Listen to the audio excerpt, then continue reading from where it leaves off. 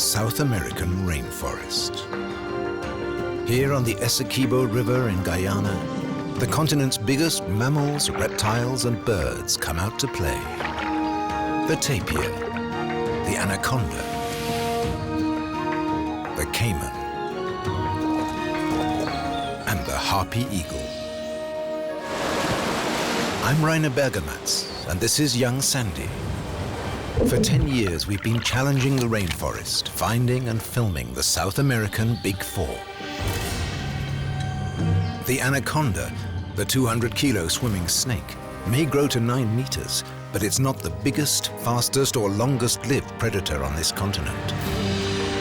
That honor goes to an even more terrifying creature, the mighty black caiman. We believe the ultimate rainforest predator reached the top through more than just brute force. We think there's a brain behind these teeth,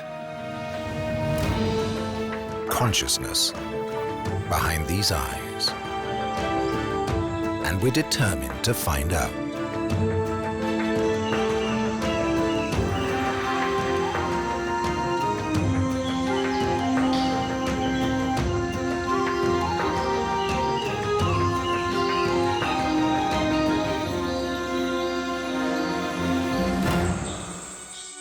Virgin rainforest, impenetrable and unexplored. The river is the only highway here. And to find an undisturbed caiman population, you have to go far upstream, where no humans live.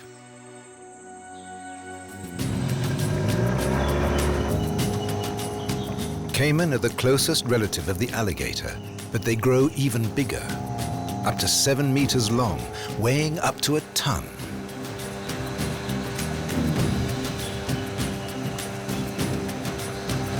This part of the river is inhabited.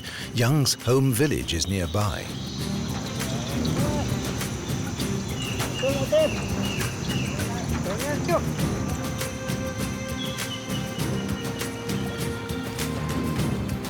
It's a simple life here. No one has a motorboat. The river is the center of life. It's a road, a washing machine, and even a swimming pool.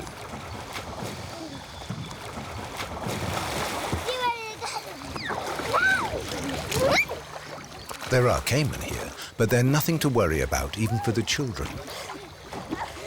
The ones you see here are no more than 3 meters long, nose to tail. Humans and caiman can both live here, but it's an uneasy coexistence, especially after nightfall.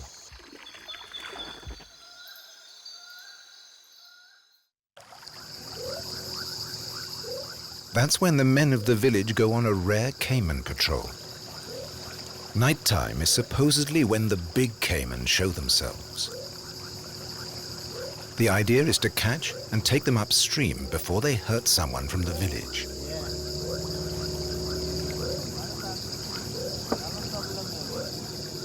But the caiman have learned that light means people and danger.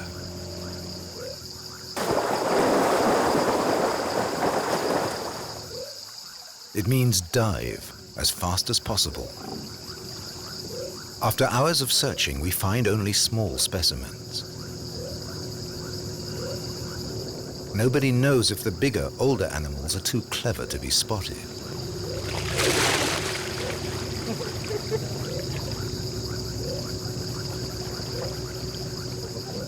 In many places, they have all been killed.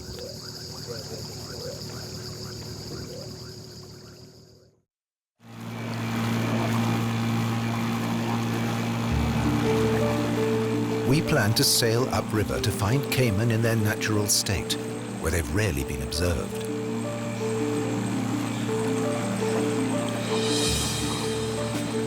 Soon, we leave all trace of human habitation behind.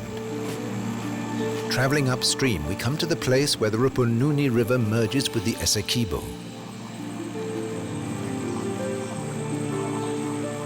This is where the adventure begins. The forest along the riverbank is getting thicker. But these black skimmers with their 2-meter wingspan are the only wildlife to be seen at the water's edge. A while to go before the smaller animals dare emerge from the protection of the forest.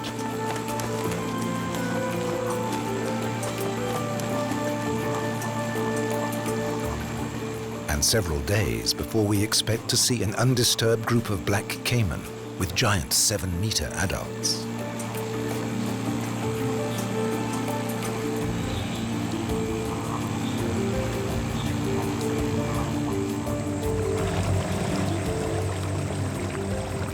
If capybara jump into the water when they hear the strange sound of an outboard motor, that means they aren't afraid of caiman here.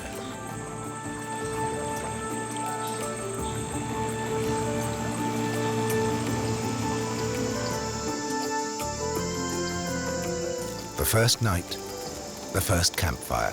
Tasty? Very tasty. Tomorrow will be a long day.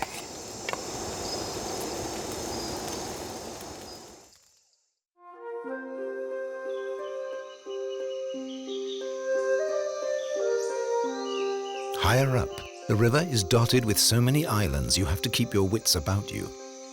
You can't always tell when you're branching off the main current. Which way we should take? I think we take this way. So we go more up. Here, at the beginning of the dry season, the water is low enough to reveal sandbanks. That can mean getting out and pushing. There are razor-sharp rocks just below the surface, but the sand alone will jam a propeller in seconds. Come on.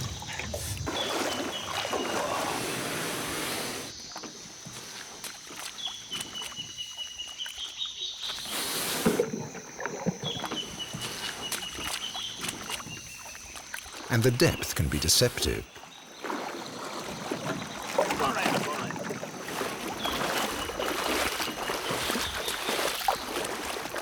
These obstacles for us are resting places for animals.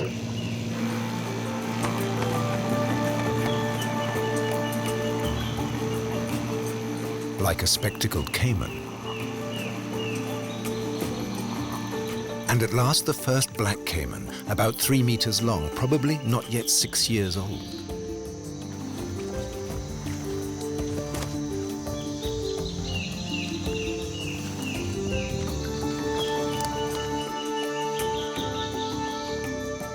We're just 2 days upriver, too soon for the 7-meter giants. But Young spotted his favorite animal. Forked tongue and scales. He's found an anaconda.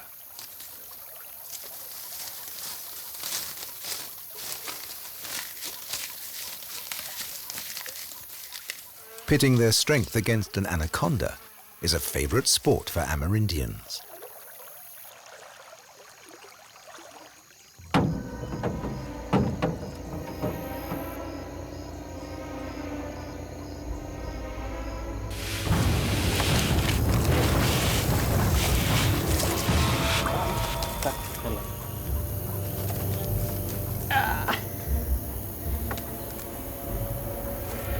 Hold her. All right. Young knows the result in advance.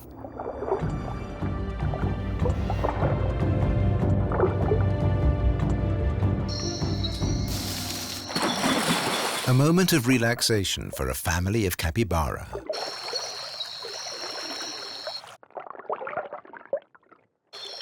These are the world's largest rodents, related to guinea pigs.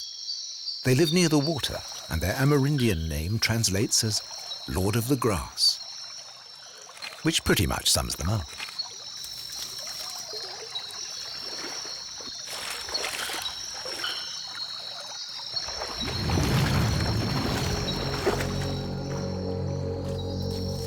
Anacondas love to hunt them, when they're not being tugged at by a human.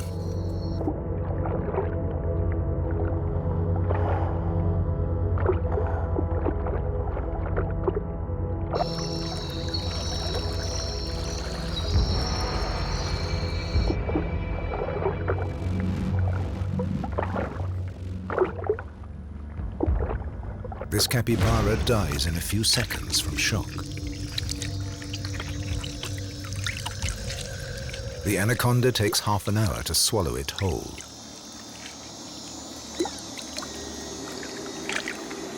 It won't have to eat again for another 6 months.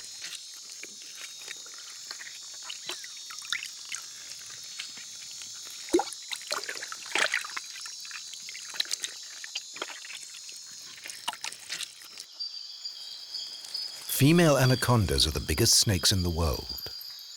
The males are just half their size, no more than 4 meters long. This leaf easily supports their weight.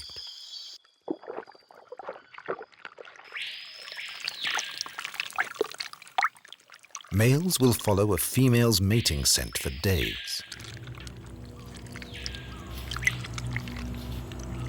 Several wrap themselves round her in a ball, trying to push each other out of the way.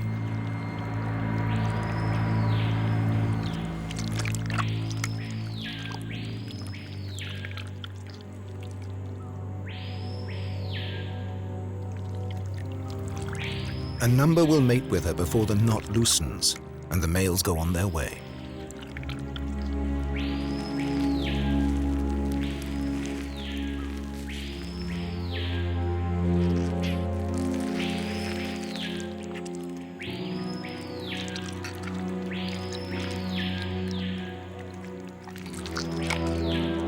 Six to 8 months later, the female will give birth to up to 70 young, each about 60 centimeters long.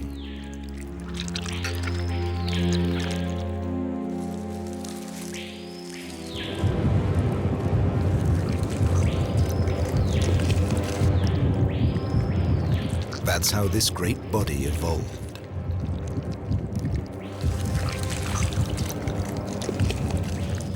To make space for all the young.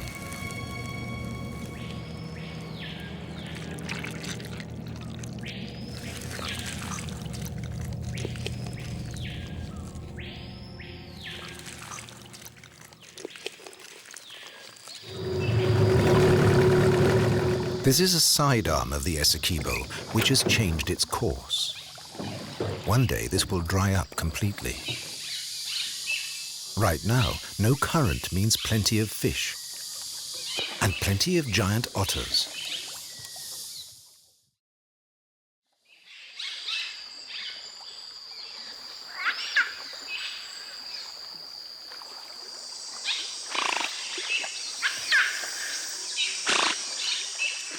This is also the first place along the river where a full-sized caiman might be. The black vultures should be a good sign, but the carrion they've smelt, rainforest vultures rely on the scent, not the sight of rotting meat, comes as a surprise.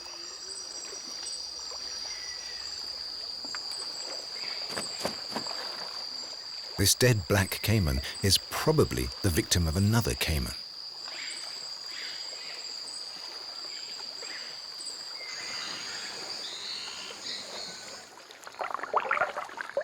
A fully grown tapir is a herbivore the size of a horse, South America's biggest mammal.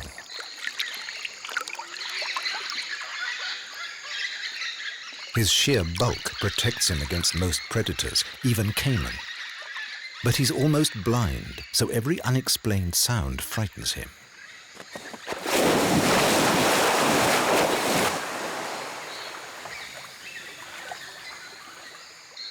A quick spray reminds intruders we're in his territory.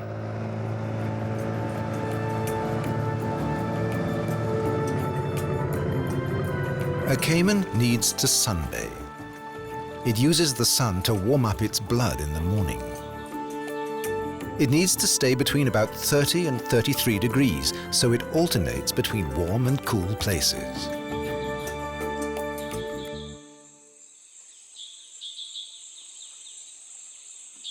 It rests again in the late afternoon, when the baking sand and the rocks radiate the day's heat.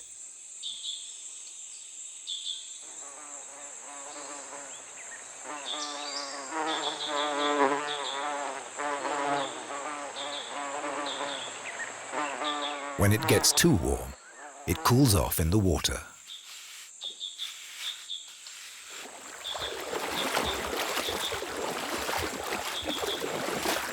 Drifting half submerged, the scales of its armor plating are still absorbing solar power.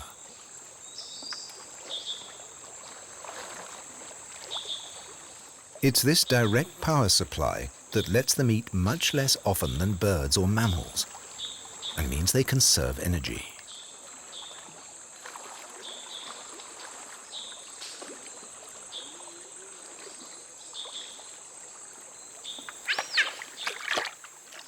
Giant otters, on the other hand, as mammals, have to eat several times a day.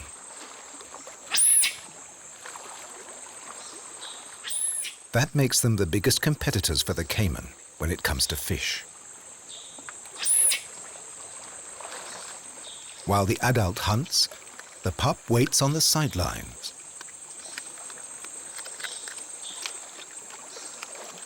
It won't be fed until the adult has eaten its fill.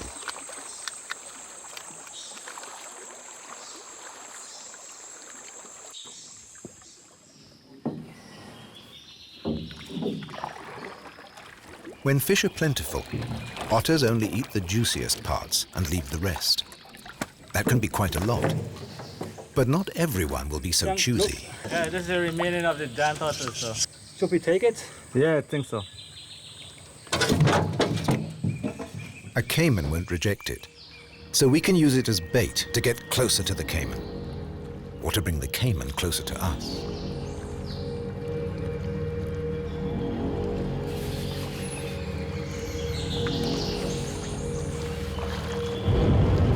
Caiman seem to prefer fish to meat.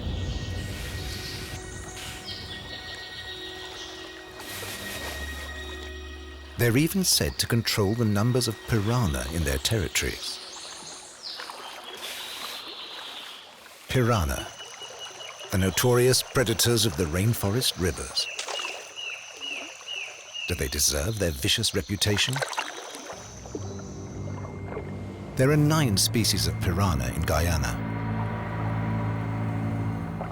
The so-called red-bellied piranha is the most common.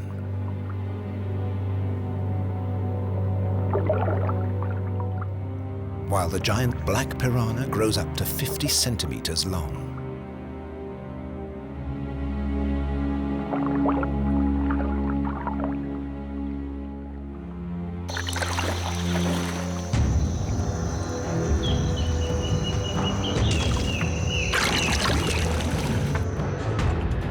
They're much more interested in their prey than in a cameraman.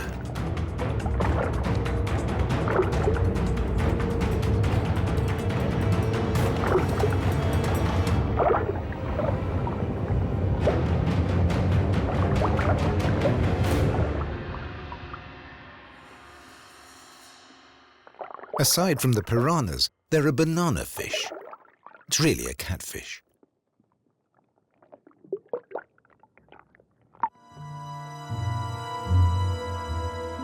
And here's a real curiosity.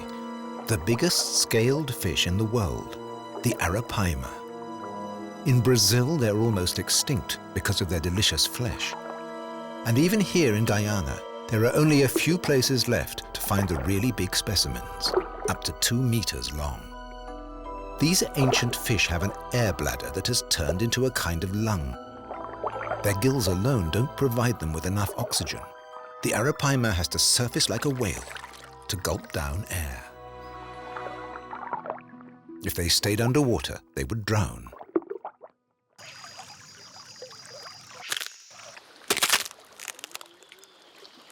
The caiman will eat all of them, even the rotten fish we've supplied. Even served in a bucket.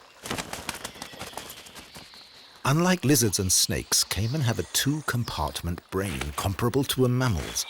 They can learn and can store what they've learned.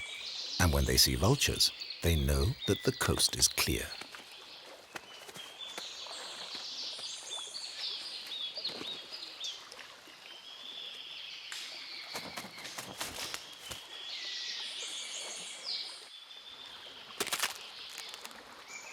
And if the caiman are relaxed, it's also pretty safe for me to approach them underwater.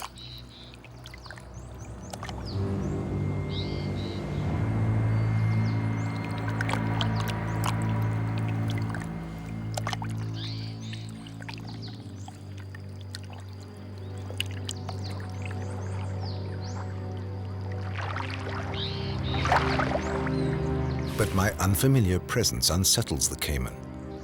He doesn't know how to react.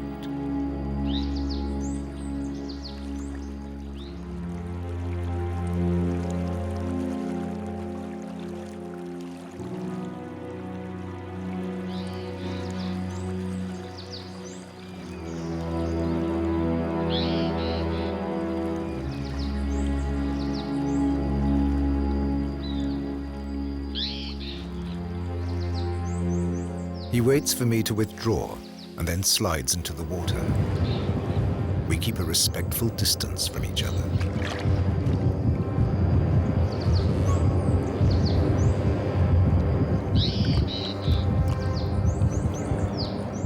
I got close, but not as close as I wanted.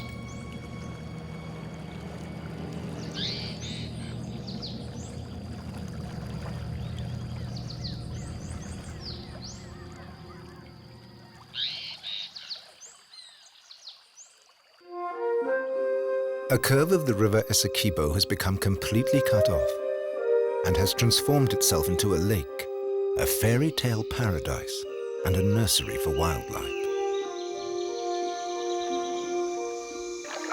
Giant water lilies, Victoria amazonica, flower here. Air pockets on their underside help them float. No baby animals can get washed away in the current.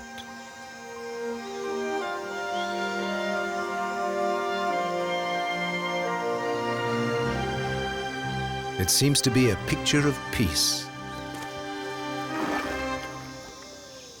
with life in abundance.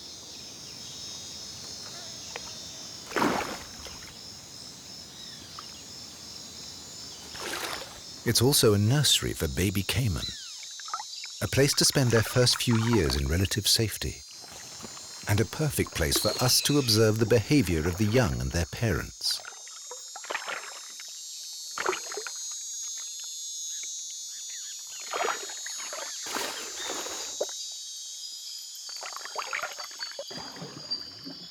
But not quite yet.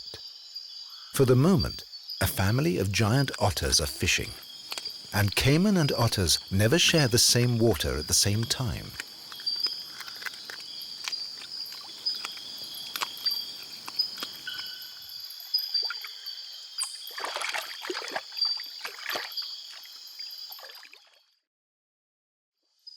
So we scan the riverbanks for a female caiman guarding her nest.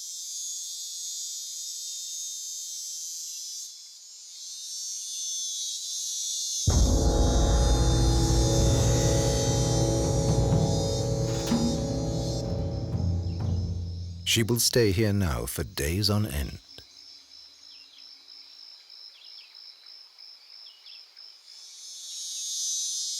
She knows the soft eggs she has laid are a delicacy for any number of species. Like this troop of peccaries. These aggressive wild pigs wander through the Guyanese rainforest in their hundreds.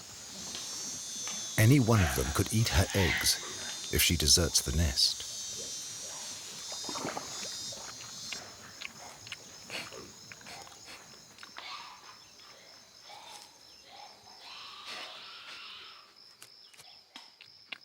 Luckily for the caiman, she has a better sense of smell and hearing than a peccary.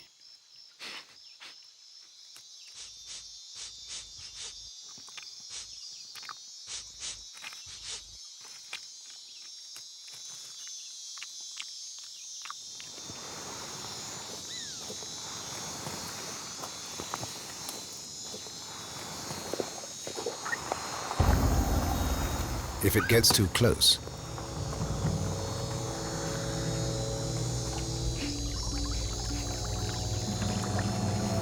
she will let it know it's not wanted. chase it back to its herd.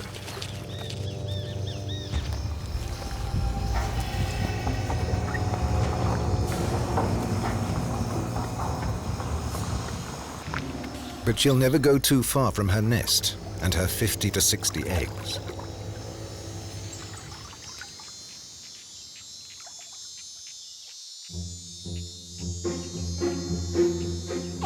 Baby caiman squeak even inside the egg, and that's how they synchronize their hatching. Within 10 minutes, they've all broken out.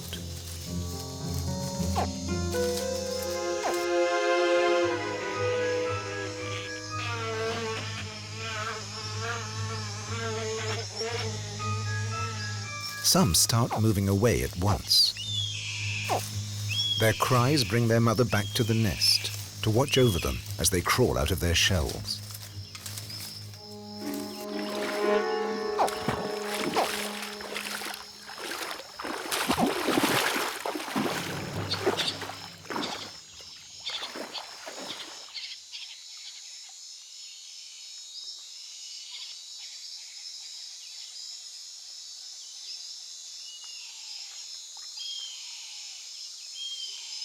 The babies can't stay too long in the protection of their mother and their shells.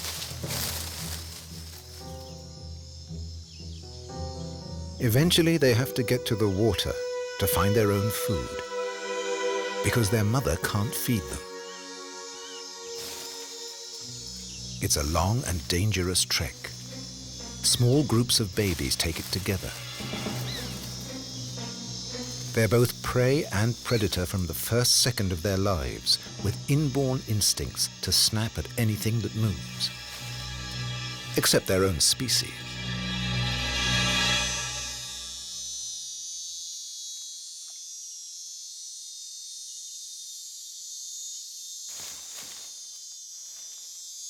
From now on, their prey will include small fish, insects, and amphibians.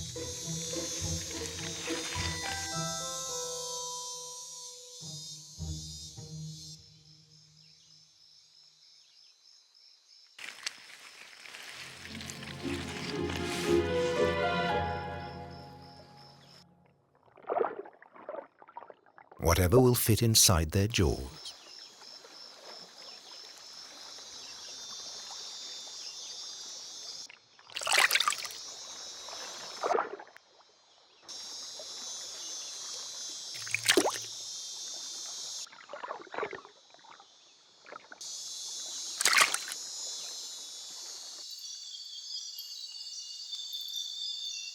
This capybara is approaching a spot that a baby caiman already regards as its territory.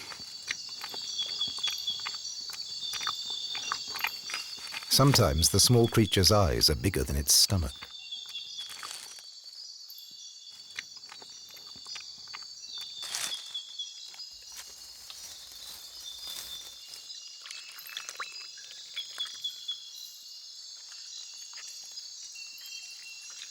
If aggression were enough, the capybara would have had its last wallow.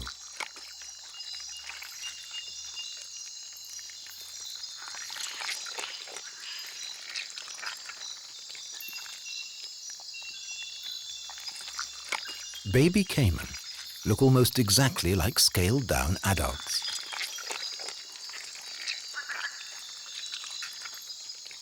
It's impossible to tell the difference between males and females.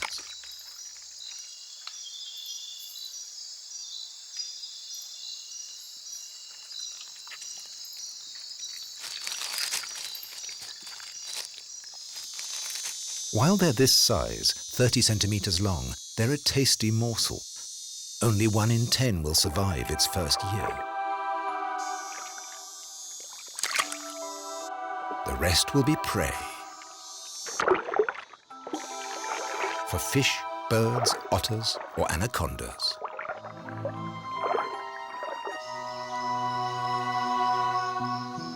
But if they know it's in trouble, an adult caiman will shield a baby caiman. The babies have a distress call they use until they're 4 years old.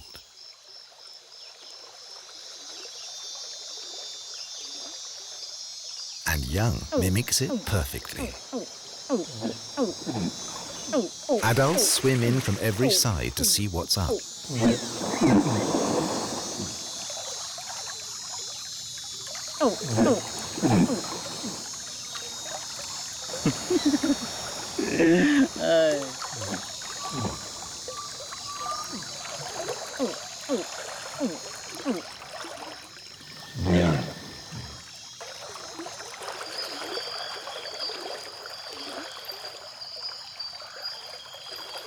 Cayman have very good hearing. Their ears are right behind their eyes, and when they dive, they're sealed by watertight flaps. We try a second experiment to see if Cayman associate sounds with specific meanings. Young plays a tape of a herd of peccaries, high on a Cayman's ideal menu.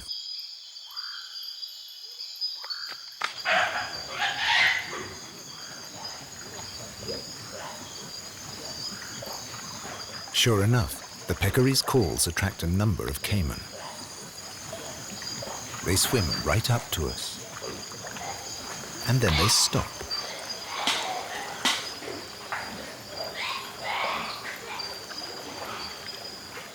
They can't see the expected prey.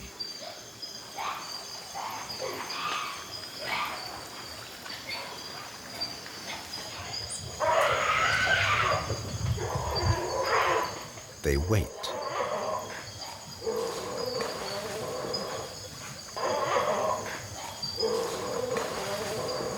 Now, young switches to the call of giant otters. These are Cayman's greatest competitors for fish. Amerindians tell how otters chase away Cayman simply by force of numbers.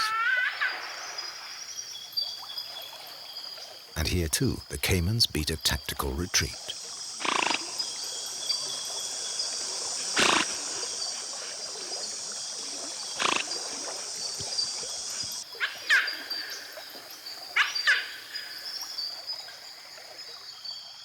A long dry spell has seen the water level sink in the lake.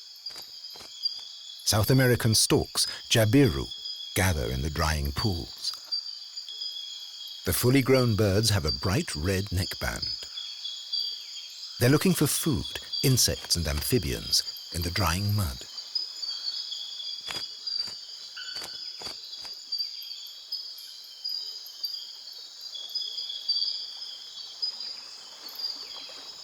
Muscovy ducks come here in their molting season. For a while, the ducks have no flight feathers. Understandably, they're nervous and on their guard.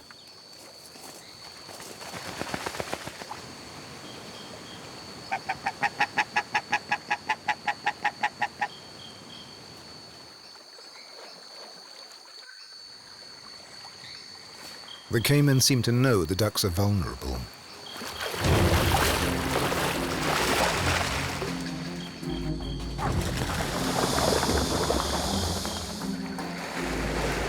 They cooperate to keep them away from the shore. A shove and a nip establish the hierarchy among the Cayman, but it won't distract them from the hunt.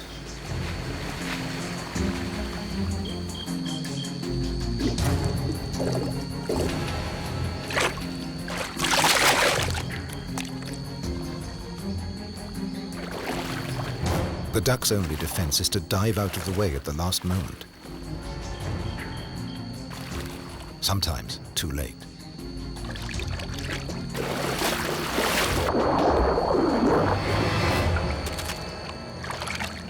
The biggest and strongest Cayman gets the duck. Cayman don't just hunt ducks in these waters. Other birds also figure among their prey.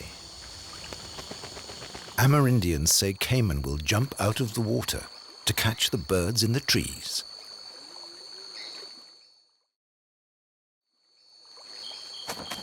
And that's given Young the idea for his next experiment. He hangs bait on a line above the river. The Cayman are obviously interested. But none is prepared to jump.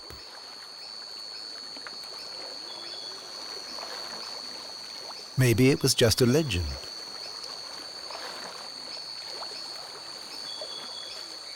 Is this something the Cayman can't do?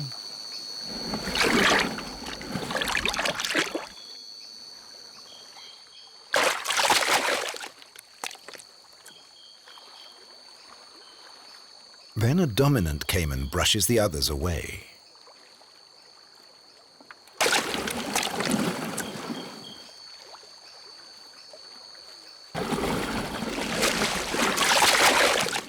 Big Cayman can do what they like.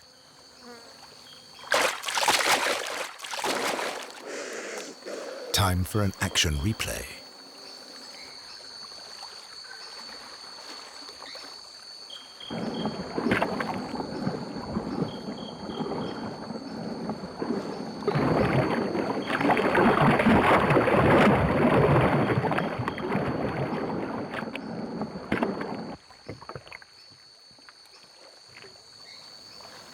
Cayman will gather wherever they regularly find food. Their calls and gestures indicate which is the alpha animal and which is the subordinate. The alpha male gets to eat first, but there's an understanding between them. Especially when the prey is this big.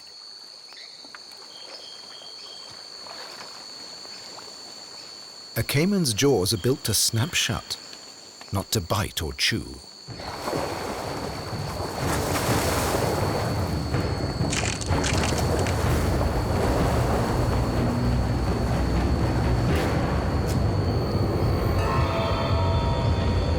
So the alpha male needs help to pull it apart. And he gets it.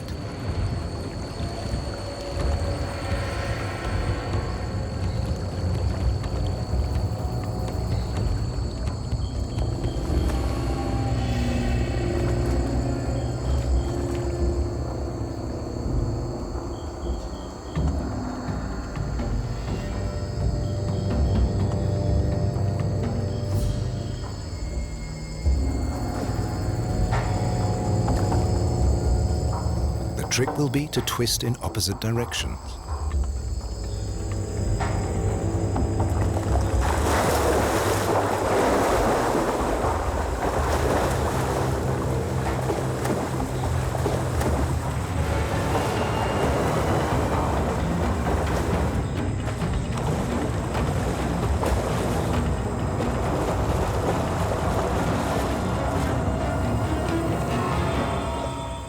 That way, everyone gets something. A cayman's eyes are remarkable. They see in color. The advantage is clear if you imagine a cayman's world in black and white. You'd miss a lot.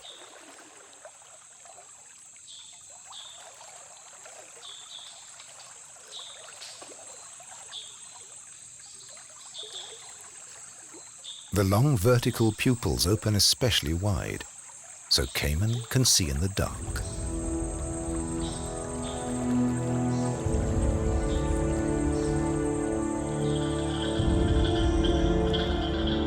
And tonight, we're going to find out what Cayman can do in the hours of darkness.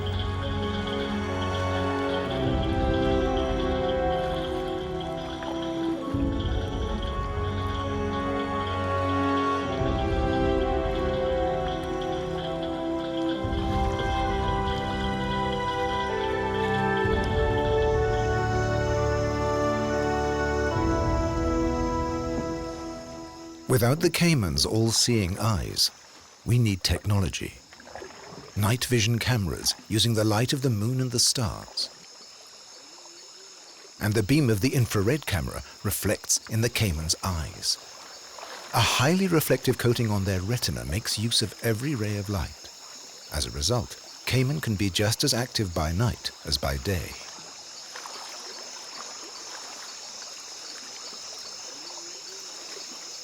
They're also much braver.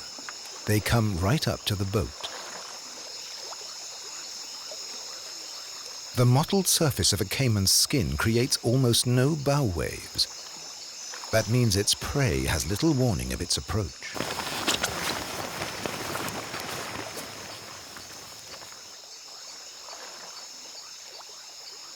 We try switching on our torches.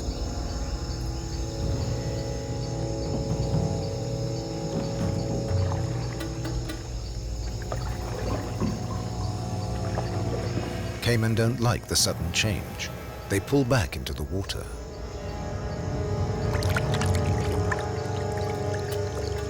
We don't know if it's a purely physical reaction to the light in the darkness, or whether they interpret artificial light as a threat.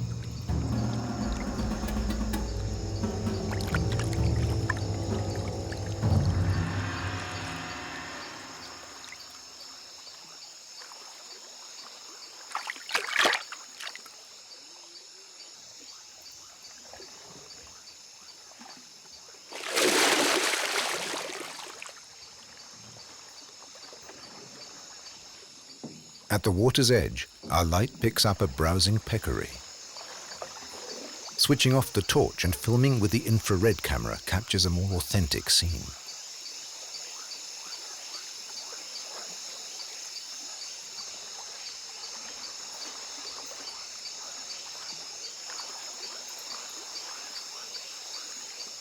This peccary and its troop are sniffing for roots and small animals in the shallows.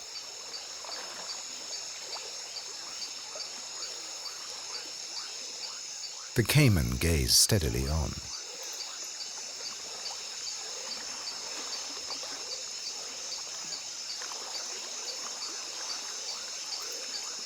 Until one attacks.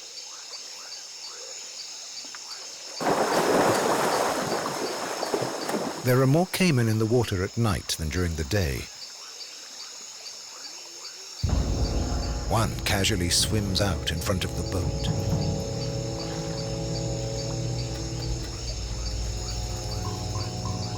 Another comes up alongside. The boat's about 7 meters long. The caiman is almost exactly the same length. We never saw him during the day.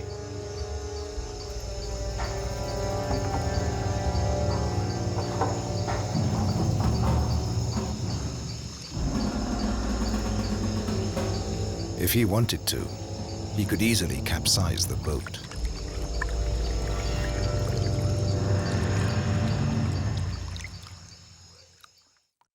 The next morning, I want one last chance at filming caiman close up underwater. They're clever, shy, and careful, so the solution must be camouflage. I just hope they don't recognize me as a human being.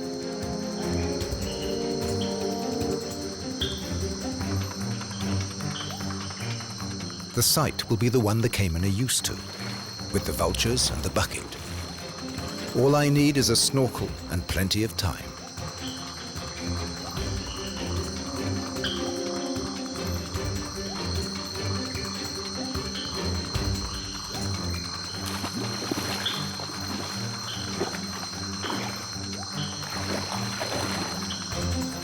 The idea is to look like a pile of water weeds.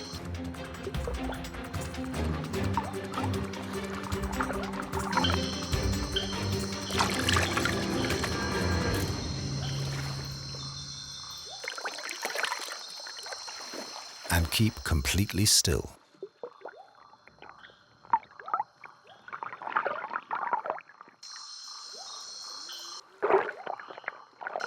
Slowly, all the animals settle or drift back to their familiar places.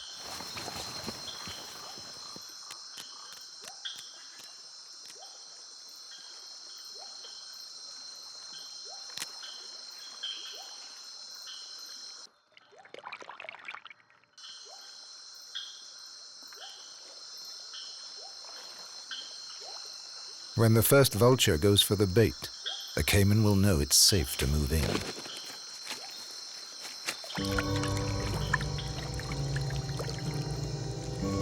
But if they approach slower than usual, it's because there's a foreign body in their way.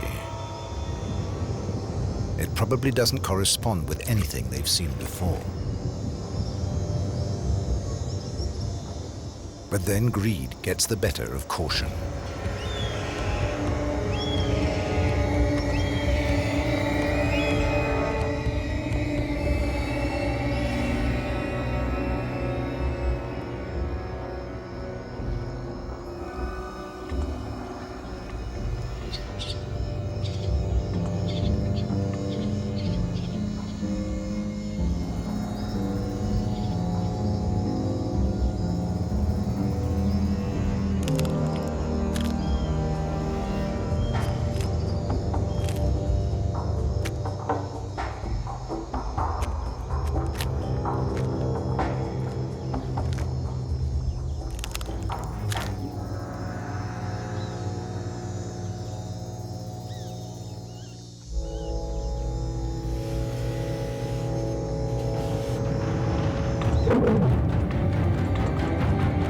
one has taken the lead, they all follow and come closer and closer.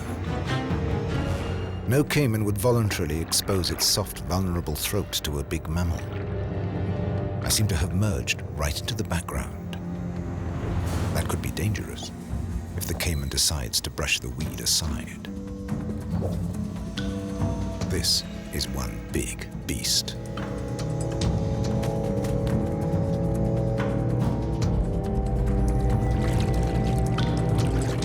These reptiles aren't going anywhere until all the bait has been eaten.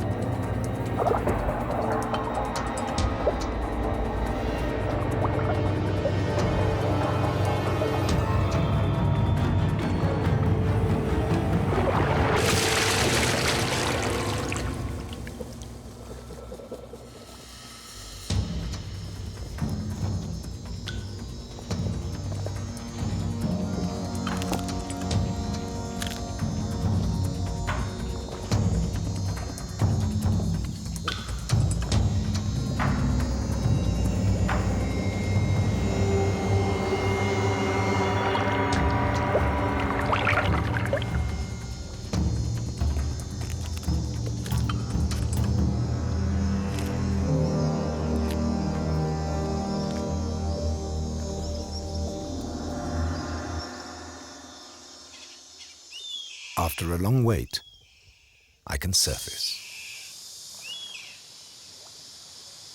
Chilly, but happy. This is the closest anyone has ever filmed a caiman.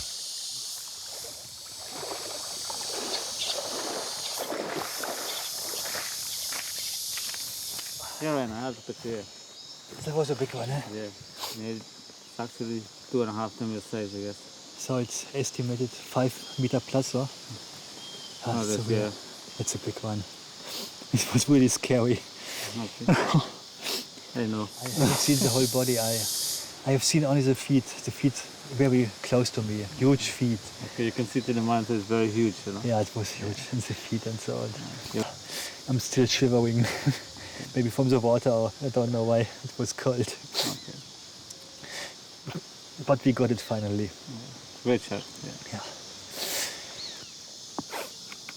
This was a real adventure.